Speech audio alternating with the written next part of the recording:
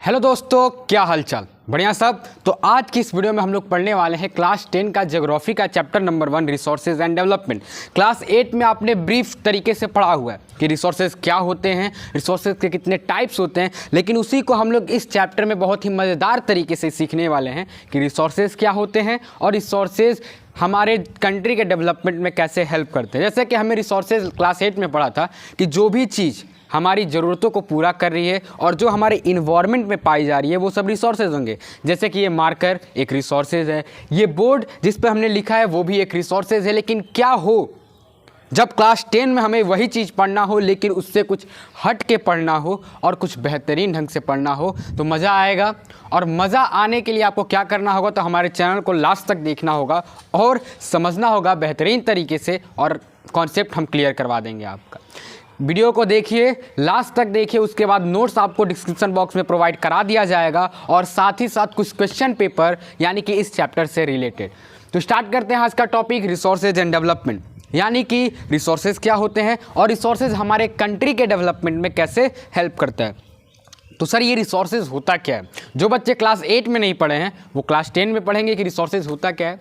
तो anything that is found in nature and has some value और use for human is known as resources, यानी कि जो भी चीज़ हमारे इन्वायरमेंट पे पाई जा रही है, हमारे आसपास पाई जा रही है, जिसका कुछ ना कुछ यूज हो और जो हमारी ज़रूरत को पूरा कर रही हो, उसे हम लोग क्या बोलेंगे, तो रिसोर्सेज बोलेंगे। ये था आपका क्लास 8 का डिफिनीशन। लेकिन हम हैं 10 क्लास में, तो हम लोग चलेंगे क्लास 10 के डिफिनीशन की तहत। और क्लास 10 का डिफिनीशन क्या बोलता है, तो everything available in our environment, मतलब कि जो भी चीज़ हमारे इन्वायरमेंट में पहले से अवेलेबल है, that can be use to satisfy our need, और जिसका यूज़ हम लोग अपनी ज़रूरत को पूरा करने के लिए कर रहे हैं, जो कि टेक्नोलॉजिकली एक्सेसिबल हो, इकोनॉमिकली फिजिएबल हो और कल्चरली एक्सेप्टेबल हो, उसी को हम लोग बोलेंगे रिसोर्सेज। सर इतना तो समझ में आ गया कि रिसोर्सेज यानी कि जो भी चीज़ हमारे आसपास पाई जा रही है, जो भी चीज़ हमारे इन्वायरमेंट में पाई जा रही है और जो हमारी ज़रूरत को पूरा कर रही हो, इतना तो सर समझ में आ गया। लेकिन ये 3 नए वर्ड्स कहाँ से आ गए, क्या क्या सर? तो टेक्नोलॉजी एक्सेसिबल,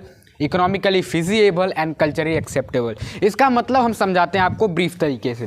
टेक्नोलॉजिकली एक्सेसिबल यानी कि वैसे सबस्टांस जिसका यूज़ हम लोग अपने टेक्नोलॉजी के अनुसार कर रहे हो, टेक्नोलॉजी के मदद से उसका यूज कर रहे हैं, उसको हम लोग बोलेंगे रिसोर्स। दूसरा पॉइंट है इकोनॉमिकली फिजिएबल, यानी कि जो सबस्टांस हमें इकोनॉमिक तरीके से, अर्थव्यवस्था तरीके से हमारी मदद कर रहा हो, यानी कि उससे कुछ ना कुछ इनकम जनरेट हो रहा हो, उसको हम लोग बोलेंगे रिसोर्सेज। और तीसरा कल्चरली एक्सेप्टेबल।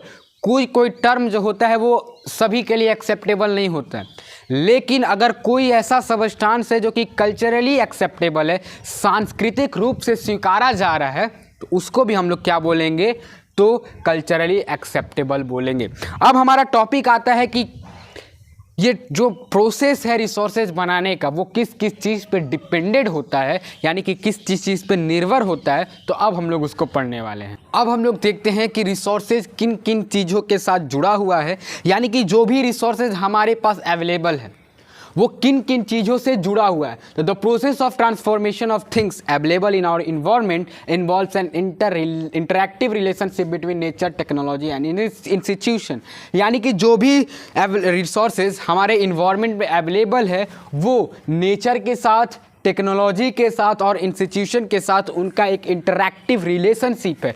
क्यों है, तो वो हम लोग समझते हैं। जैसे कि एक ह्यूमन बींग है, अब ह्यूमन बींग नेचर से जुड़ा हुआ है, टेक्नोलॉजी से जुड़ा है और इंस्टीट्यूशन से जुड़ा है। लेकिन देखिए हम लोग हर किसी चीज़ को रिसोर्सेज नहीं बोल सकते हैं। पूछिए क्यों? क्योंकि ये भी रिसोर्सेज कहलाएगा। कब कहलाएगा? जब हम इसका यूज कर पा रहे हैं। लेकिन अगर यही हम यहीं पे छोड़ देते हैं या फिर इसको लिए हुए हैं, इसका कुछ यूज नहीं है, तो हम इसको रिसोर्सेज नहीं बोल सकते हैं। वही बता रहा है कि रिसोर्सेज जो होता है वो नेचर के साथ, टेक्नोलॉजी के साथ और इंस्टीट्यूशन के साथ जुड़ा हुआ होता है। लेकिन ह्यूमन बीइंग क्या होते हैं? Human being interact with nature, technology and institution to develop its economic condition. Human being अपने इकोनॉमिक कंडीशन को बढ़ाने के लिए नेचर के साथ जुड़े होंगे, फिर टेक्नोलॉजी के साथ जुड़ेंगे, क्योंकि अगर टेक्नोलॉजी रहेगा भाई तभी आप किसी रिसोर्सेज को एक बेहतरीन रिसोर्सेज में यूज करने लायक बना सकते हैं। नहीं तो बहुत सारे वस्तु ऐसे हैं जिनका कुछ यूज़ नहीं है, तो क्या वो रिसोर्सेज कहलाएंगे? तो बिल्कुल नहीं कहलाएंगे। और ये इंस्टीट्यूशन यानी कि कुछ ना कुछ एक जरिया होना चाहिए उनको बनाने के लिए रिसोर्सेज को। तो वही इस टॉपिक में है कि the process of transformation of things available in our environment involves an interactive relationship between nature, technology and institution. अब हम लोग क्या पढ़ने वाले हैं? तो अब हम लोग पढ़ने वाले हैं कि टाइप्स ऑफ रिसोर्सेज, यानी कि रिसोर्सेज होते कितने टाइप्स के हैं। अब हमारा टॉपिक है कि टाइप्स ऑफ रिसोर्सेज, यानी कि रिसोर्सेज होते कितने टाइप्स के। तो पहला है हमारा on the basis of origin, यानी कि ओरिजिन के आधार पर इससे रिसोर्सेज कितने टाइप्स के होते हैं? तो 2 टाइप्स के, एक बायोटिक और दूसरा अबायोटिक, जो कि आपने क्लास 8 में पढ़ा था। हम एक ट्रिक बता देते हैं इस टॉपिक के लिए कि रिसोर्स बायोटिक एंड अबायोटिक कैसे पहचानेंगे। तो जितने भी लिविंग बींग्स होंगे, लिविंग थिंग्स होंगे, उनको समझना है कि वो बायोटिक रिसोर्सेज होंगे, और जितने भी नॉन लिविंग थिंग्स होंगे उसको समझना है अबायोटिक रिसोर्सेज। यानी कि बायोटिक को समझे तो these are obtain from the biosphere and have life such as human being. देखिए ये साफ साफ बोल दिया, जो भी चीज़ हमारे बायोस्फीयर से ऑब्टेन किया जा रहा है या फिर वैसे चीज़ें जो कि ह्यूमन बींग्स के जरिए यूज ऑब्टेन किया जा रहा है, फ्लोरा और फौना के जरिए यूज किया जा रहा है, ऑब्टेन किया जा रहा है, तो वैसे रिसोर्सेज को हम लोग बोलेंगे बायोटिक रिसोर्सेज। दूसरा है अबायोटिक, तो उस resources which are obtain from non living things is known as abiotic resources. Example में रॉक और मेटल्स, ये सभी नॉन लिविंग थिंग्स तो नहीं है, ये क्या है? तो नॉन लिविंग थिंग्स है, और ये भी हमारे नीड को सेटिस्फाई कर रहे हैं। ये क्या कहलाएगा? रिसोर्सेज कहलाएगा। कौन सा रिसोर्सेज? तो अबायोटिक रिसोर्सेज। अब बात आती है on the basis of exhaustibility, यानी कि क्या हम उस रिसोर्सेज को फिर से यूज कर सकते हैं या फिर नहीं कर सकते हैं। उसके आधार पर 2 टाइप्स के रिसोर्सेज होते हैं। पूछिए सर कौन कौन सा? तो पहला है रिन्यूएबल और दूसरा है नॉन रिन्यूएबल। यानी कि रिन्यूएबल मतलब नवीकरणीय, जिसको बार बार हम लोग प्राप्त कर सकते हैं, जिसको फिर से बनाया जा सकता है, वैसे को क्या बोलेंगे हम लोग? रिन्यूएबल बोलेंगे। और जो हमारे स्टॉक में लिमिटेड मात्रा में है, लिमिटेड अमाउंट में है, लिमिटेड क्वांटिटी में है, वैसे रिसोर्सेज को बोलेंगे हम लोग कि वो नॉन रिन्यूएबल रिसोर्सेज है। और वैसे रिसोर्सेज बनने में, तैयार होने में लाखों हजारों साल तक लग जाता है। जैसे एक मिट्टी की छोटी सी परत बनने के लिए 10,000 लाख साल लग जाती है, तो वैसे रिसोर्सेज को हम लोग क्या बोलेंगे? तो नॉन रिन्यूएबल रिसोर्सेज बोलेंगे। Renewable resources can be renewed और रिप्रोड्यूस्ड बाई फिजिकल, केमिकल और मैकेनिकल प्रोसेस। कोई भी प्रोसेस का यूज करके अगर आप किसी रिसोर्सेज को फिर से ला सकते हैं, फिर से रिप्रोड्यूस कर सकते हैं, फिर से रिन्यूड कर सकते हैं। कौन सा रिसोर्सेज? तो रिन्यूएबल रिसोर्सेज। बात आ रही है कि नहीं आ रही है समझ में? बिल्कुल आ रही होगी। और दूसरा है नॉन रिन्यूएबल रिसोर्सेज, यानी कि those resources which can not be renewed और replenished by any process, this resources take millions of years to be renewed, are known as non renewable resources. तो आई होप आपको ये चीज़ समझ में आ गया होगा कि रिसोर्सेज के टाइप्स, एक तो on the basis of origin, दूसरा on the basis of exhaustibility. 2 types तो पढ़ लिया। एक यानी कि on the basis of origin resources कितने टाइप्स के होते हैं? तो 2 types, biotic and abiotic resources. On the basis of exhaustibility resources कितने टाइप्स के होते हैं? तो रिन्यूएबल एंड नॉन रिन्यूएबल। अब हम लोग पढ़ने वाले हैं on the basis of ownership, यानी कि ऑनरशिप के बेसिस पे रिसोर्सेज कितने टाइप्स के होते हैं? तो 4 टाइप्स के होते हैं। कौन कौन से सर? तो पहला है इंडिविजुअल रिसोर्सेज, दूसरा सर कम्युनिटी ओन्ड रिसोर्सेज, तीसरा सर नेशनल रिसोर्सेज, और चौथा तो इंटरनेशनल रिसोर्सेज। अब ये होते क्या हैं उसको हम लोग 1 बाय 1 करके पढ़ने वाले हैं। पहला है ऑन द बेसिस ऑफ क्या? इंडिविजुअल रिसोर्सेज, यानी कि those resources which are owned privately by an individual is known as individual resources. यानी कि वैसे रिसोर्सेज जो किसी एक व्यक्ति के द्वारा अपनाया गया हो, एक व्यक्ति का उस पर हक हो, उससे हम लोग बोलेंगे इंडिविजुअल रिसोर्सेज। जैसे कि आपका घर है, तो आपके घर पर किसका हक है? आपके पिताजी का हक है, यानी कि वो कौन सा रिसोर्सेज हुआ? इंडिविजुअल रिसोर्सेज हुआ। आपका कुछ ना कुछ खेत है, एग्रीकल्चरल फील्ड है, जो कि आपका अपना है, तो वो कौन सा रिसोर्सेज? इंडिविजुअल रिसोर्सेज, क्योंकि उस पर सिर्फ आपका हक है, आपके पिताजी का हक है। यानी कि इसे समझना है जिस पे किसी एक व्यक्ति का हक हो, इंडिविजुअल रिसोर्सेज। दूसरा बात करते हैं कम्युनिटी ओन्ड रिसोर्सेज, यानी कि वैसे resources which are accessible to all the members of the community. यानी कि कोई कम्युनिटी है और वह रिसोर्सेज पर उस कम्युनिटी के हर एक मेंबर्स का हक हो, वैसे रिसोर्सेज को क्या बोलेंगे? तो कम्युनिटी ओन्ड रिसोर्सेज बोलेंगे। कैसे बोलेंगे? तो सर ये समझाइए। तो आपके आसपास कुछ पार्क होंगे, कुछ ग्रेजिंग लैंड होंगे, स्कूल्स होंगे, ये सभी क्या है, तो रिसोर्सेज है। लेकिन कौन से रिसोर्सेज हैं, तो हमें याद रखना है कि ये हैं कम्युनिटी ऑन रिसोर्सेज, यानी कि इस पे हर एक कम्युनिटी का हक बनता है। यानी कि अगर आप पार्क में हैं तो कोई एक इंडिविजुअल जाके पार्क में नहीं घूम सकता, वहाँ पे हर एक कम्युनिटी का हर एक मेंबर्स घूमने के लिए सक्षम है, घूम सकता है, आप उसको मना नहीं कर सकते। तो ये था दूसरा कम्युनिटी ओन्ड रिसोर्स। तीसरा नेशनल रिसोर्सेज। तो those resources which are owned या फिर those resources which are under the nation is known as national resources. जैसे कि wildlife, forest, road, bridge, ये सभी क्या हैं, तो ये सभी आपके नेशनल रिसोर्सेज, ये नेशन के अंतर्गत आते हैं, नेशन के अंडर आते हैं, इसीलिए इसको किस कैटेगरी में लिखा हुआ है, तो नेशनल रिसोर्सेज के। और एक टर्म दिया हुआ है आपके एनसीईआरटी बुक में 12 नॉटिकल माइल, यानी कि 22.2 किलोमीटर जो ओशनिक एरिया है वो आपका आता है किसके अंदर, तो नेशनल रिसोर्सेज के अंदर। लास्ट पढ़ने वाले हैं इंटरनेशनल रिसोर्सेज। तो इंटरनेशनल रिसोर्सेज किसे बोलेंगे, तो those resources which are regulated by international institution are known as international resources, यानी कि वैसे रिसोर्सेज जो कि किसी इंटरनेशनल इंस्टीट्यूशन के जरिए रेगुलेट किया जा रहा है, कंट्रोल किया जा रहा है, तो वैसे रिसोर्सेज को क्या बोलेंगे, तो हम लोग इंटरनेशनल रिसोर्सेज बोलेंगे। ग्लोबल रिसोर्सेज और on the basis of development, ये अभी हमें पढ़ना है। तो डेवलपमेंट के बेसिस पे होते हैं चार। पहला पोटेंशियल रिसोर्सेज, वैसे रिसोर्सेज जो कि किसी रीजन में पाए जा रहे हैं लेकिन हम उतने डेवलप्ड नहीं होते हैं कि हम उसका यूज करें। जैसे कि the western part of India, particularly Gujarat and Rajasthan are have potential to use wind and solar energy but they have not been developed, यानी कि वो डेवलप्ड नहीं होते हैं ताकि वो विंड और सोलर एनर्जी का यूज़ करें रिसोर्सेज के तौर पे। ये था आपका पोटेंशियल रिसोर्सेज। दूसरा है developed resources, resources which are surveying and quality and quantity have been determined for utilization, यानी कि वैसे रिसोर्सेज जो कि पूरी तरह से विकसित हो चुके हैं, जिसका यूज हम लोग अपने ज़रूरत को पूरा करने के लिए कर रहे हैं, तो वैसे रिसोर्सेज को हम लोग बोलेंगे डेवलप्ड रिसोर्सेज। यहाँ तक हो गया।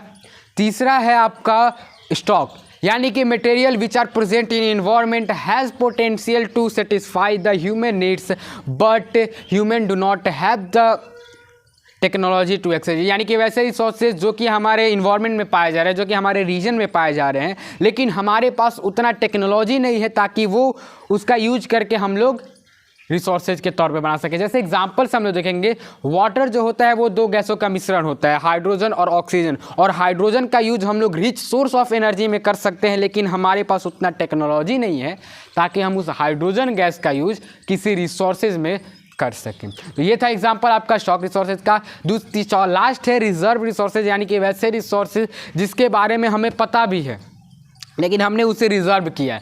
क्यों किया है? अपने फ्यूचर जनरेशन के लिए। जैसे कि हमारे रिवर जो हैं, डैम जो है, उनका यूज़ हम हाइड्रो इलेक्ट्रिसिटी के लिए कर सकते हैं, इलेक्ट्रिसिटी जनरेट करने के लिए कर सकते हैं, लेकिन हम वैसा नहीं कर रहे हैं। क्यों नहीं कर रहे हैं? क्योंकि हो सकता है कि आने वाले समय में इसका स्कार्सिटी हो, इसकी कमी हो, तो हमारे फ्यूचर जनरेशन के लिए हम उसको रिजर्व कर रहे हैं। अभी भी हो रहा है लेकिन बहुत कम अमाउंट में हो रहा है। तो ये था आपका रिजर्व रिसोर्सेज। अब हम लोग बात करने वाले हैं बहुत ही अहम टॉपिक का, जिससे एग्जाम में अक्सर क्वेश्चन पूछा करते हैं, और वो है डेवलपमेंट ऑफ रिसोर्सेज, यानी कि संसाधन का विकास कैसे होता है और क्या क्या इसमें फैक्टर्स जुड़े हुए हैं। अब हम लोग बात करने वाले हैं डेवलपमेंट ऑफ रिसोर्सेज, यानी कि रिसोर्सेज के डेवलपमेंट के बारे में। तो resources are vital for human survival as well as for maintaining the quality of life. Resources को ह्यूमन सर्वाइवल के लिए एकदम वाइटल माना गया है, यानी बहुत ही इंपॉर्टेंट माना गया है, और रिसोर्सेज ही एक ह्यूमन बीइंग के लाइफ के क्वालिटी को मेंटेनेंस करता है।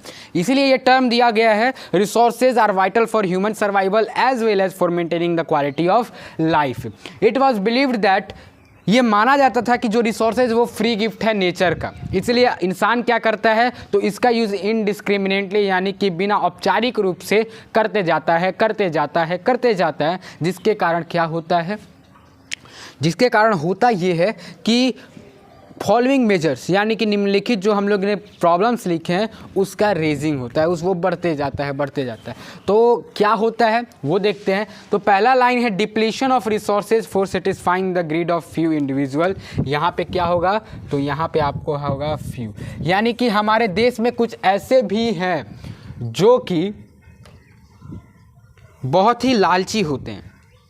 अब लालची हैं तो रिसोर्सेज का यूज ऐसे करेंगे कि वो एकदम एक्सप्लॉइट कर देते हैं रिसोर्सेज को अपने लालच के लिए, अपने स्वार्थ के लिए। वे लोग रिसोर्सेज का क्या करते हैं, डिप्लीशन करते हैं, नष्ट करते हैं, एक्सप्लॉइट करते हैं, बर्बाद करते हैं।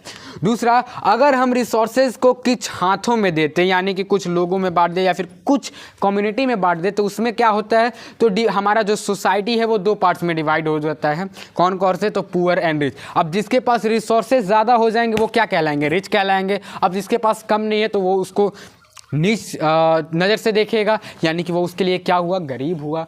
तीसरा है indiscriminate exploitation of resources has lead to global ecological crisis, यानी कि जो इनडिस्क्रिमिनेट एक्सप्लॉयटेशन हो रहा है रिसोर्सेज को, वो ग्लोबल इकोलॉजिकल क्राइसिस को जन्म दे रहा है, यानी कि बढ़ावा दे रहा है।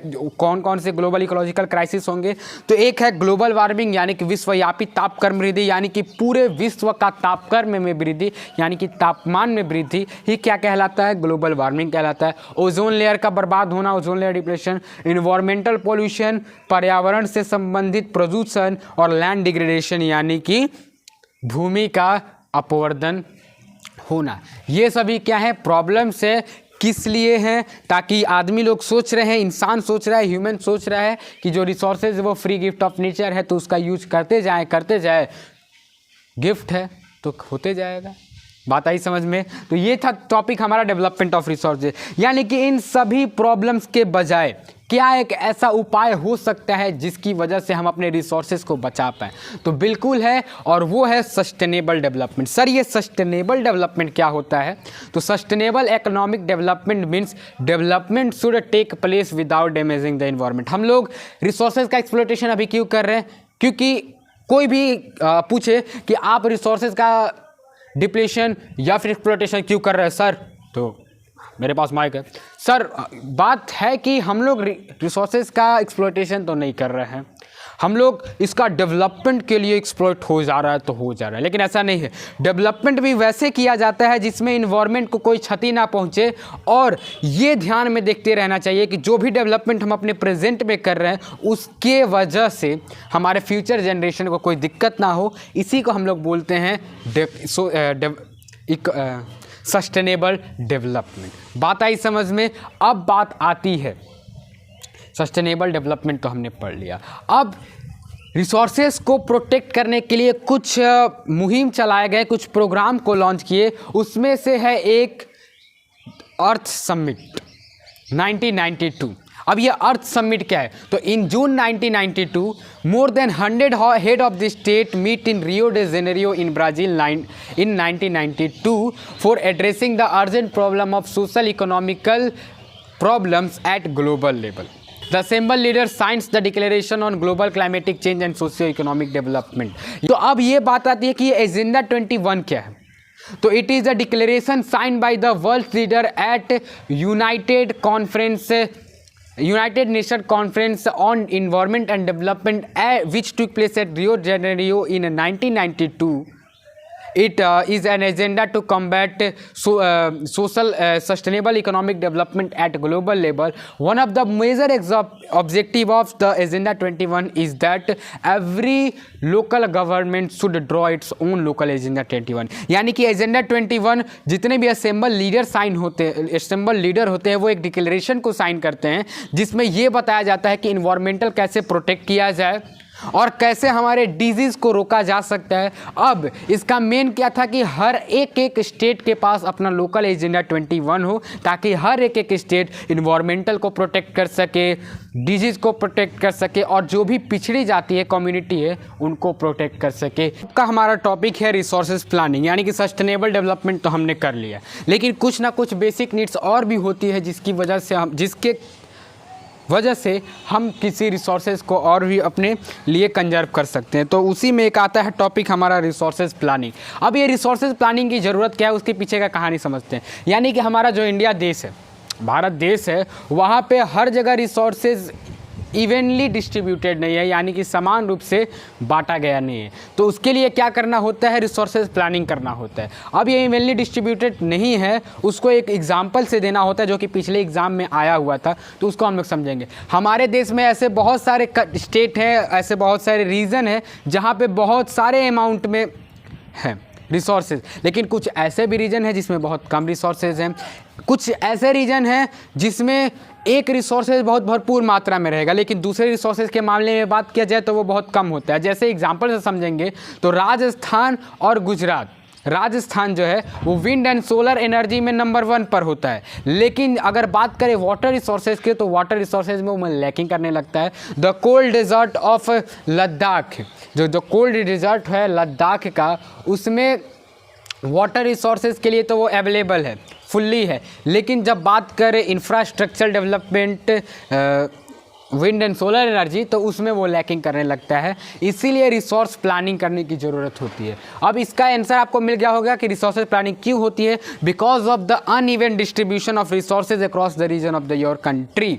अब बात करते हैं 3 प्रोसेस होते हैं रिसोर्सेज प्लानिंग के, और ये जो रिसोर्स प्लानिंग जो होता है वो एक बहुत ही कम्प्लेक्स सिचुएशन होता है। कैसे? तो पहला प्रोसेस क्या है, तो identification and inventory of resources across the region of your country, यानी कि अपने रीजन में, आपके कंट्री के रीजन में जितने भी रिसोर्सेज हैं आप उसको आइडेंटिफाई कीजिए, पहचानिए कि वो किस टाइप के रिसोर्सेज हैं और इसमें क्या क्या इंक्लूड हो जाएगा। तो आप उस रिसोर्सेज का सर्वे कर रहे हैं, मैप के जरिए ढूंढने की कोशिश कर रहे हैं, उसका क्वालिटी क्या है और वो कितने क्वांटिटी में मौजूद है, इन सभी का मेजरमेंट आपको सबसे पहले करना होगा।